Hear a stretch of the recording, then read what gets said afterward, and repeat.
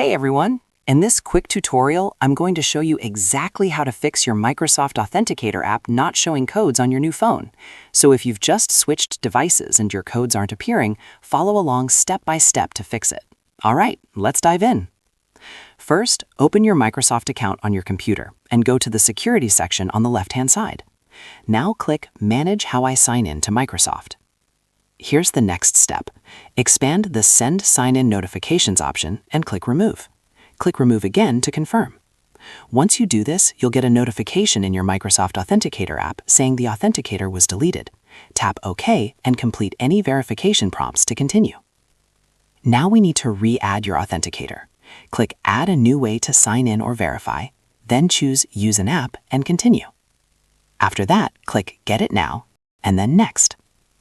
On your Authenticator app, tap the QR code icon at the bottom right.